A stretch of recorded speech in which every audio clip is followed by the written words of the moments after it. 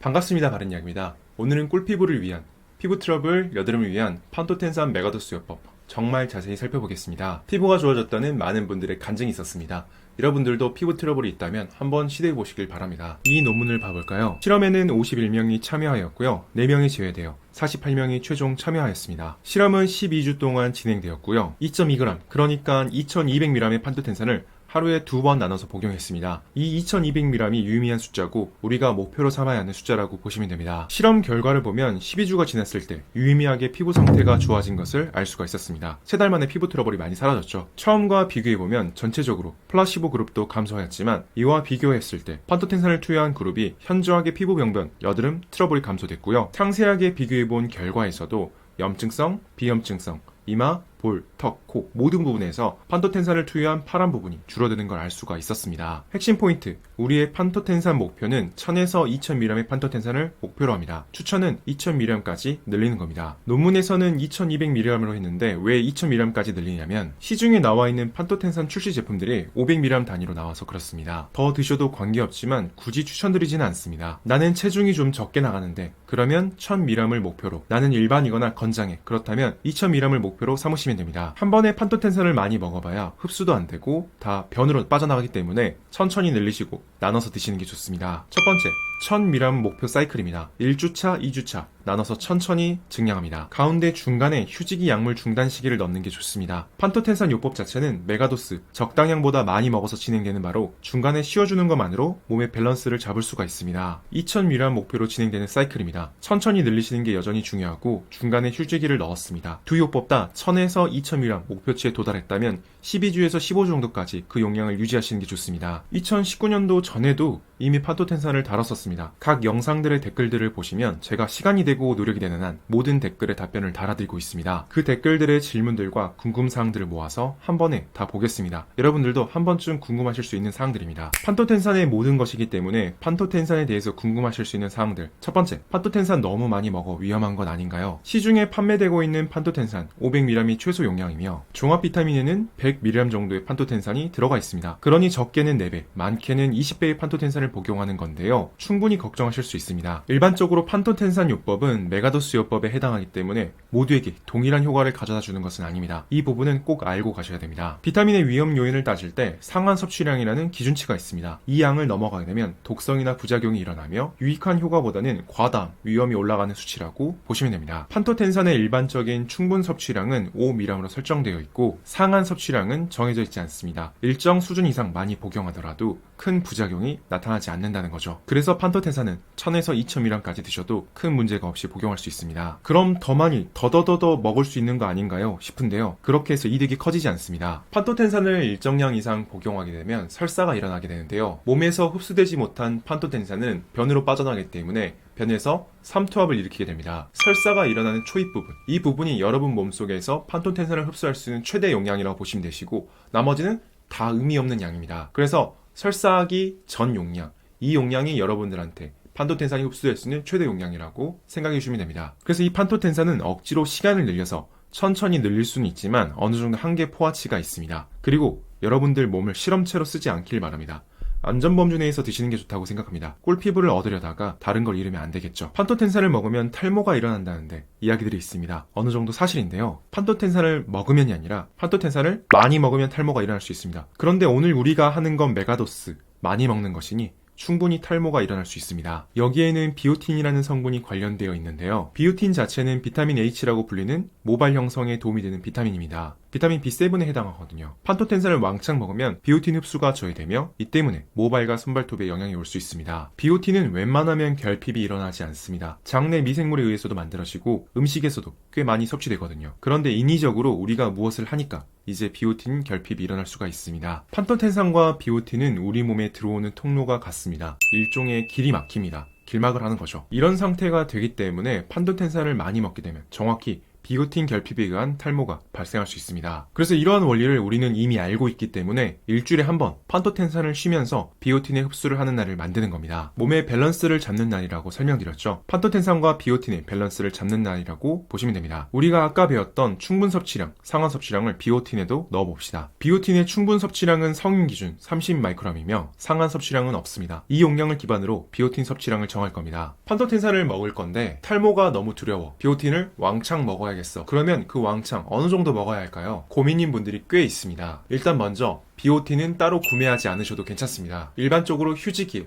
비오틴이 충분량 흡수되고 생성될 수 있습니다. 우리가 먹는 음식 그리고 유산균들에 의해서 비오틴이 어느 정도 생성됩니다. 그렇지만 나는 만약에 1% 만약에라도 없애고 싶어. 그렇다면 일단 드시는 영양제들을 일단 고려하고 나서 보시고 넘어가시는 게 좋습니다. 아까 전에도 보았던 제품인데요. 사실 어느 제품이든 관계없습니다. 멀티비타민에 웬만하면 비오틴이 들어가 있습니다. 여기서는 0.1mg로 되어 있지만 100마이크로그램으로 환산됩니다. 용량 표기가 혼재되어 있지만 비오틴은 100마이크로그램 정도 들어가 있다. 매우 충분한 양입니다. 충분 섭취량의 3배 정도 용량은 약간 넉넉한 수준이라 이 정도면 비오틴 결핍에 의한 탈모는 막을 수 있습니다. 그래도 불안하다는 분들이 많습니다. 그래서 비오틴을 추천해달라고 하시는 분들이 많은데요. 비오틴은 최대한 적게 드시는 게 좋습니다. 비오틴은 국내외를 가리지 않고 보면 5,000에서 1만 마이크로그램 제품들이 가장 많습니다. 이런 제품들은 드시지 않으셔야 합니다. 일단 오히려 여드름을 일으키기도 하고 판토텐산의 효과를 상쇄합니다. 드신다면 시중에 나와 있는 제품들 중 가장 적은 용량인 1000 마이크로그램 정도를 드시고 더 줄여서 드실 수 있다면 더 줄여서 드시면 됩니다. 아무 제품이든 관계없고 싼 건 다 괜찮습니다. 비오틴을 추가하신다면 휴지기, 판토텐산을 안 먹는 날에 비오틴을 보충하시면 됩니다. 그래도 더 안전하게, 더 확실하게 해달라는 분들이 많았습니다. 이해합니다. 저도 탈모인이니까요. 일주일에 휴지기를 2회로 늘리시고 그때 비오틴을 보충하시거나 매일 판토텐산과 4시간 간격을 두시고 비오틴을 섭취하는 두 가지 방법을 택하시면 됩니다. 안전에 중점을 둔 판토텐산 변형요법에 해당하기 때문에 판토텐산의 효과는 조금 줄어들지만 더 안전하게 더 천천히 갈 수 있는 요법이라고 보시면 됩니다. 종합 비타민에 판토텐산과 비오틴이 모두 들어가 있어요. 괜찮을까요? 괜찮습니다. 우리가 계속 보았던 실험 제품입니다. 판토텐산 100mg과 비오틴 100마이크로그램이 들어가 있습니다. 이 둘은 같이 흡수될 수 있습니다. 한쪽이 과량이 되지 않으면 둘 다 흡수됩니다. 우리가 하는 것은 메가도스이기 때문에 한쪽을 과량으로 때려박는 것이거든요. 이 정도는 돼야 비오틴이 막히는 것이라 양이 적은 판토텐산과 비오틴은 동시에 흡수될 수 있어 같이 복용 가능합니다. 종합 비타민에 비오틴이 있어요. 판토텐산이 없을 때 먹어야 하지 않을까요? 효과를 극대화하고 싶다면 그렇게 하셔도 됩니다. 다만 멀티비타민은 피곤해서 면역력이 떨어져서 드시는 경우가 많기 때문에 드시는 것을 권해드리고요. 종합 비타민을 그냥 비오틴이라 생각하시고 판토텐산과 4시간 간격을 두시고 드시면 됩니다. 밥을 안 먹어요. 판토텐산을 어떻게 배치하는 게 좋을까요? 간헐적 단식을 해요. 하루에 한 끼밖에 안 먹어요. 다 해당됩니다. 똑같이 진행하시면 됩니다. 다만 판토텐산 3투가 남들보다 더 잘 걸리기 때문에 설사 가능성이 많이 올라갑니다. 또한 판토텐산 흡수율이 떨어집니다. 그래도 시간 간격을 두고 진행하시는 게 드시는 게 이득이 더 큽니다. 판토텐산을 먹었더니 오히려 여드름이 늘었어요. 충분히 가능성이 있습니다. 30% 정도에서 발생 가능하며 이후에 사라집니다. 다만 일시적으로 발생하는 현상이면 괜찮고 이와 다르게 전신적 발적 반응 또는 한 달이 지났음에도 악화된다면 몸에 맞지 않으므로 판토텐산 요법을 절대 하시면 안 됩니다. 이소티논이라는 약이 있습니다. 사실 동일 성분이 많으니 이소트레티논으로 보시면 쉽습니다. 얘는 피지 분비를 억제해서 피부를 좋게 해주는 건데요. 판토텐산도 유사 메커니즘으로 작동합니다. 이러한 여드름 치료제를 복용하는 초기에 여드름이 폭발하는 것을 플레어업이라고 하는데요. 그러니까 얼굴에 불이 난다는 거죠. 이러한 이소트레티논 치료 초기에는 플레어업, 여드름이 자주 발생하고 32% 그 정도 되기 때문에 정말 흔하게 관찰됩니다. 원리 자체는 피지가 많이 분비되면 밀려 올라가고 분비가 되어 우리의 기름층이 되는 건데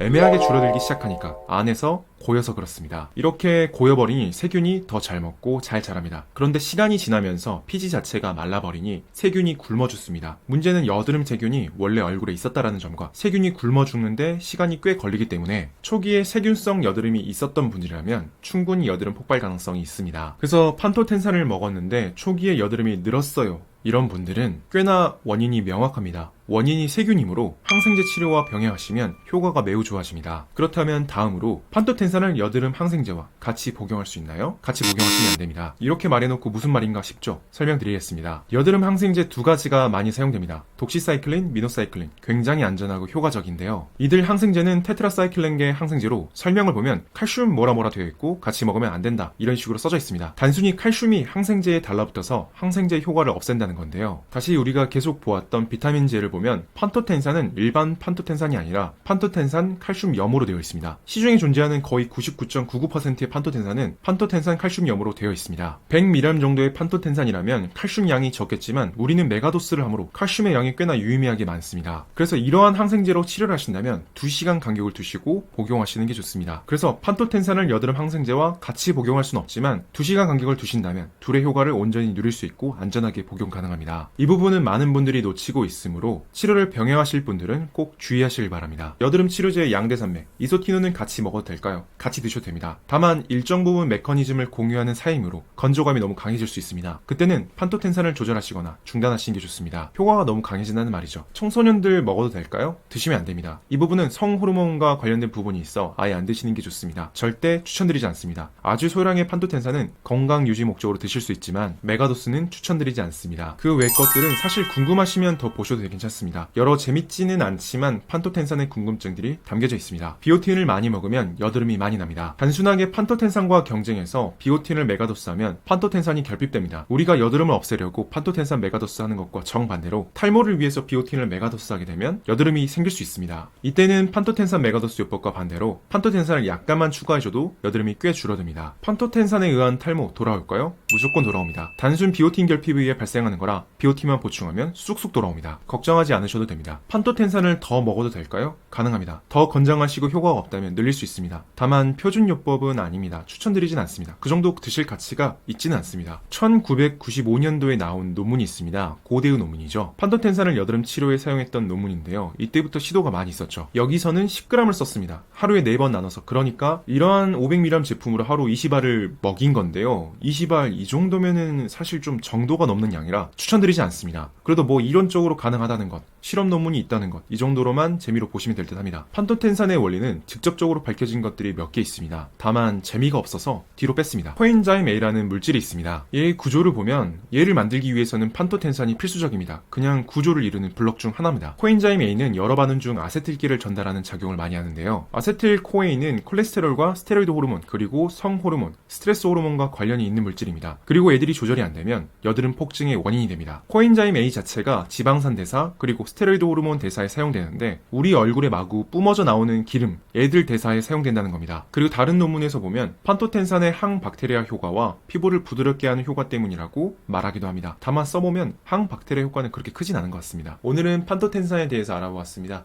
궁금한 사항이 있다면 편하게 댓글로 남겨주세요. 시간이 되는 한 최대한 모든 답변을 해드리고 있습니다. 여러분들 피부에 조금이나마 도움이 되었으면 합니다. 감사합니다.